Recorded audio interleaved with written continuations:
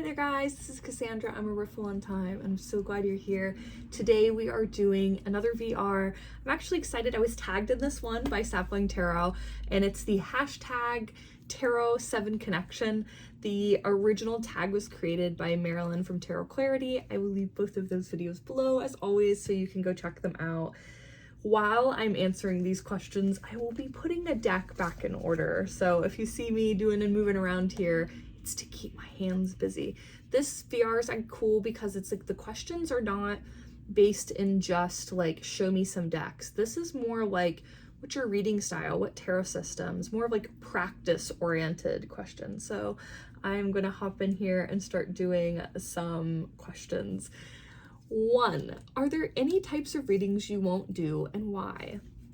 And so I guess what I'll do is start off by saying I'm not really sure what everybody else does because I really haven't had a ton of readings personally. I think I've like had readings from maybe 2 or 3 people my whole life. So I'm not sure what everyone else does. So if this is what everyone does, maybe it sounds crazy to say it, but I guess most of the readings that I've received and the readings that I do are just kind of like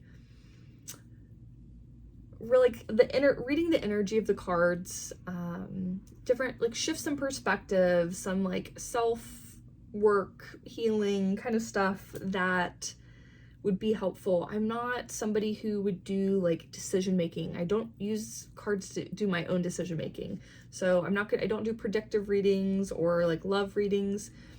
If I get a question about a relationship, I don't actually get a ton of questions anyways in my readings the way I do them. So, but if I do get that, I always start by saying like, I'm never going to give you like a decision. I can read the cards and let you like have the information I have. And again, it's never like, it's more of like an empowering reading is what I like to do. I do a little calling out if I have to, but it's just not in me. I do journal prompts in my readings usually, so like my readings are maybe just a little different, but I definitely don't give like medical advice or anything like that. And I'm like a really big advocate that people have like multiple systems of support. So like therapy, if that's what it's needed. I would never, like seeing your doctor, it's like something I would never want to take on that, especially as like a single person. And so I just like what I have to offer is really just I read the cards and I pull from my own experience, my own wisdom, my own channel, and just what I hear, what I feel, what I see, what I taste. I'm like really a sensory person. I think we've talked about I'm very sensory sensitive, so I sometimes like I even like will add songs to my reading pages because like I will be doing a reading and I will hear a song. So I don't know. I think what I do maybe is just a little weird, but I really enjoy the types of readings I offer because it's what I would want to get as a reading, is like something that's like again reflective, kind of shifting perspective, some work to do on myself kind of, and like things to keep in mind moving forward, really affirmative. Those are my kind of vibes. So is there a tarot card with which you most identify? And it's complicated. This is complicated for me because what I'm gonna say might, like, I guess it's what perspective of the Fool you're thinking about. But the Fool is one of those cards that I've always had like a really sweet connection with because I really love those moments where like I take the leap, and I started the shop off of the leap, you know, the YouTube channel, all the things. Some of the best things in my life have come from me being a really good fool, and not naive, but just like trusting in the universe. And I think that's why I really love the world Fool card connections. I've talked about this before, but some of my favorite decks have like a really good Fool to World card where they feel full circle. And yeah, I do act a fool sometimes, but the way I really mean the full connection is, again, just like that, just taking the chance, because I do take the chance, and I know a lot of people get hung up before that moment and can't move forward, and it's like really kind of like the freeze. And I guess I'm just really blessed to be able to trust in like the right moments. Another card that I really connect with,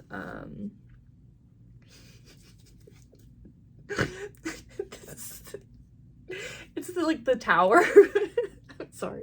It's just, it feels crazy, but to say that, but I know everybody hates the Tower, but I have this like strange connection with the Tower because I've just really been through the Tower so many times in different ways, and I've seen through like how once like the ground's completely burnt, like how things grow again. And I don't know, I find it really empowering. So the Star is another card I really feel, because I've just, the card that I probably think a lot of people think of me when, or like have related me to, is the Star, because I always try to be like the hope, and I've had people tell me that the Star card reminds them of me. So I don't know, what card do you think of when you think of me? I would love to know that, so comment below. Comment below and let me know. Have you ever done a reading that really impressed you or gave you chills? Don't disclose any identifiable information. Okay. Actually did, I'm not getting anywhere. My hands, I'm like moving the cards, but I'm not doing anything. Okay. Sorry. I find myself funny sometimes. I'm not gonna try to do this. So, have you ever done a reading that it was impressed you or gave you chills? I actually have.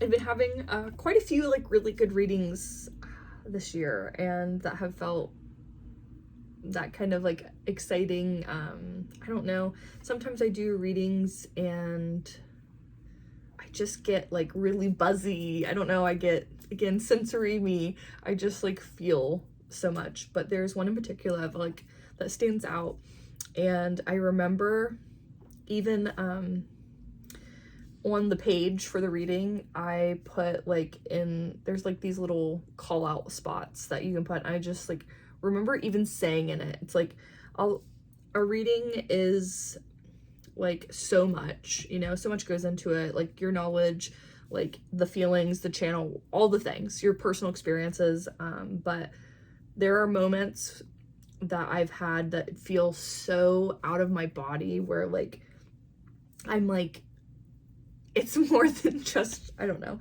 I just felt like the chills, you know, and I just kept the whole time in the reading, it just was like pouring out of me. It felt very like very magical. And there was like actually there was a like affirmation kind of like at the end, like I kept thinking of the reading. It's like you hold the power, the magic, and all of the choice. And it's actually, I wrote it down on my computer to remind myself, because I think it's also beautiful, and I wanted to remember. But you hold the power, the magic, and all of the choice. And it just felt so good. And it's just, I was hearing that the whole time, and it felt very beautiful. I will not ever forget that reading. So, which system is your preferred system of tarot? And I would say most likely it is like Rider-Waite Smith, because that's just really like,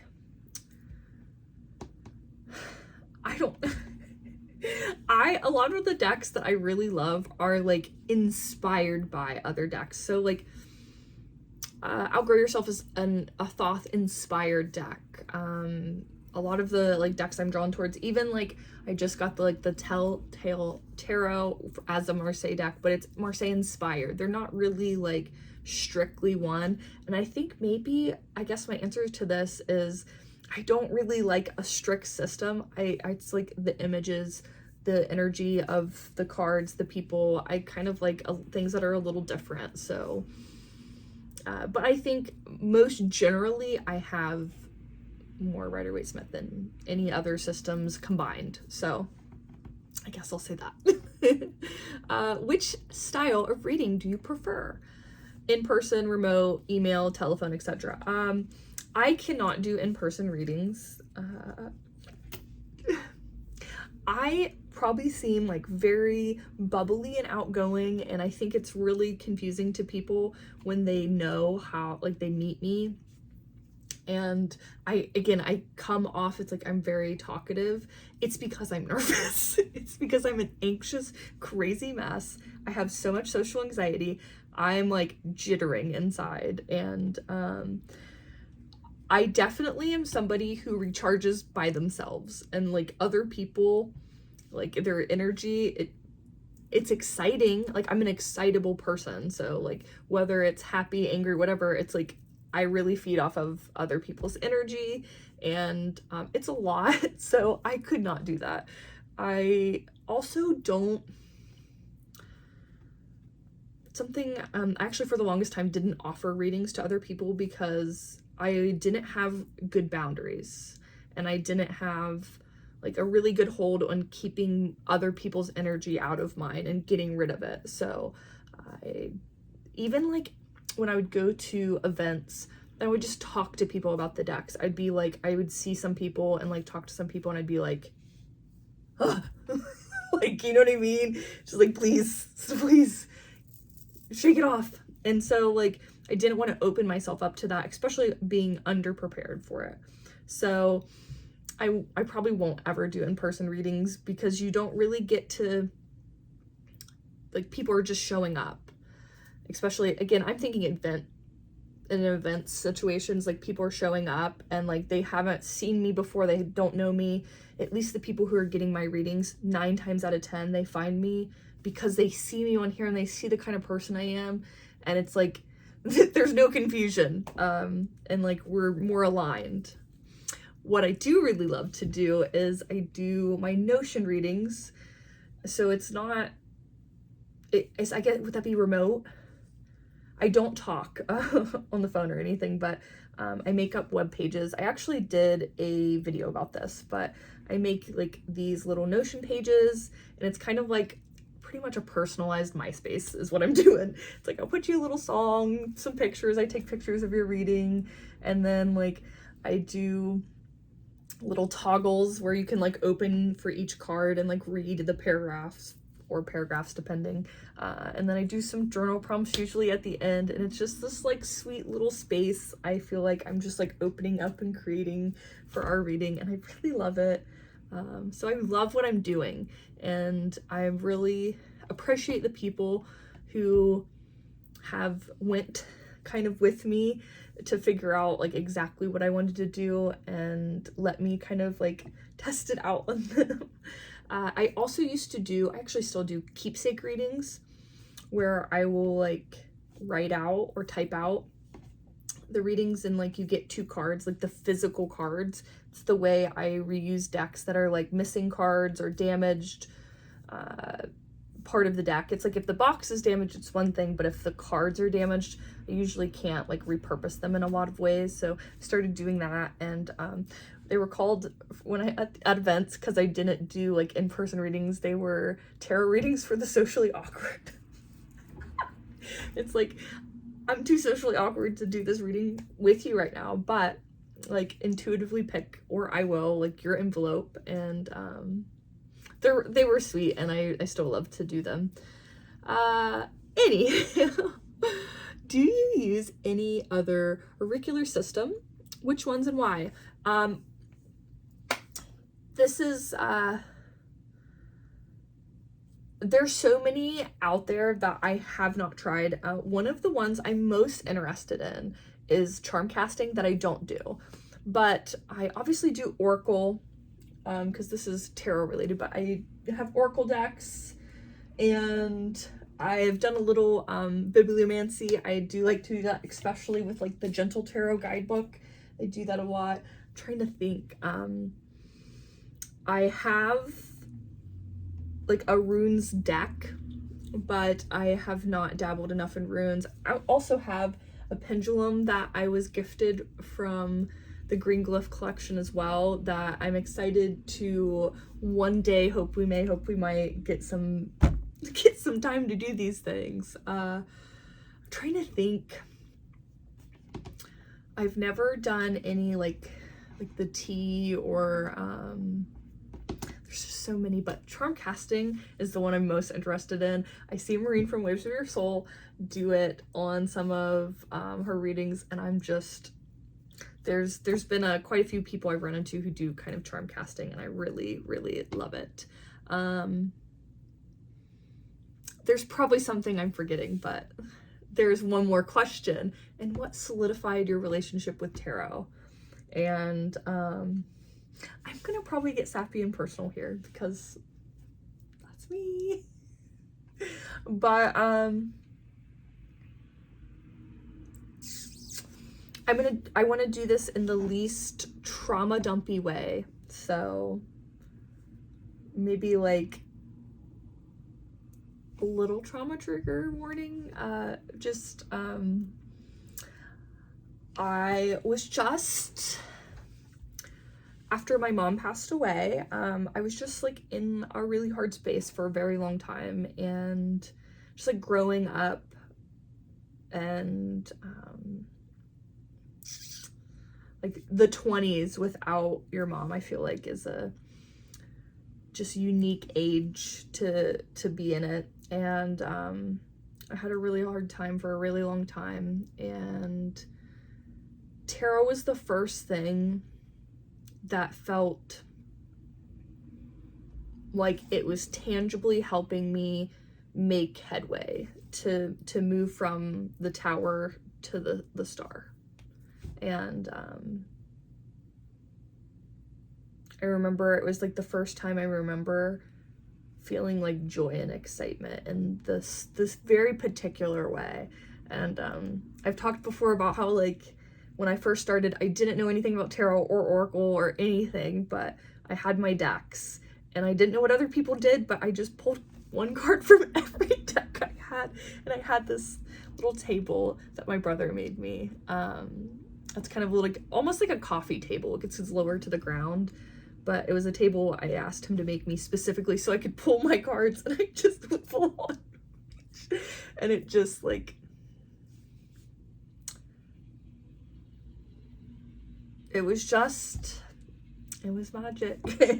And it's really just done so much to help me, again, shift perspective, heal, work on things, and just it's been a joy and a delight. It's been something that's like relit passion, excitement, and just so many things. And I will not cry about it, but I feel it. I feel it. There's I don't know, there's just something like really magical, and like I found some of my favorite people that like I'm starting to get to this phase of my life of my connections with others aren't as like physical and in person. Probably a lot of people understand the especially like if you have children, just like having physical friends or meeting with physical people isn't as accessible in your life at this point in time. I think, again, we're just like, a lot of people are around my age, or at least understand. I don't know, tarot has led me to a lot of people who can also find value in connections that don't require like me physically showing up all the time or like constant contact. I just don't have time and space for like a relationship like that right now in my life. I'm just I pour it all into what I have, and I've found some really special people who just like are cheering me on and I'm cheering them on, and we're like excited to talk about the same things when we do talk, and there's never this like expectation for anything. It's just like love and support, and I love my little tarot community, and I love you because you're part of my tarot community. You're probably like the people I'm talking about are probably watching this video right now, so I big love you. And this was a good one. I really enjoyed this tag. So thank you, Imogen, for tagging me in this. I really liked it. So and then again, obviously Marilyn for creating the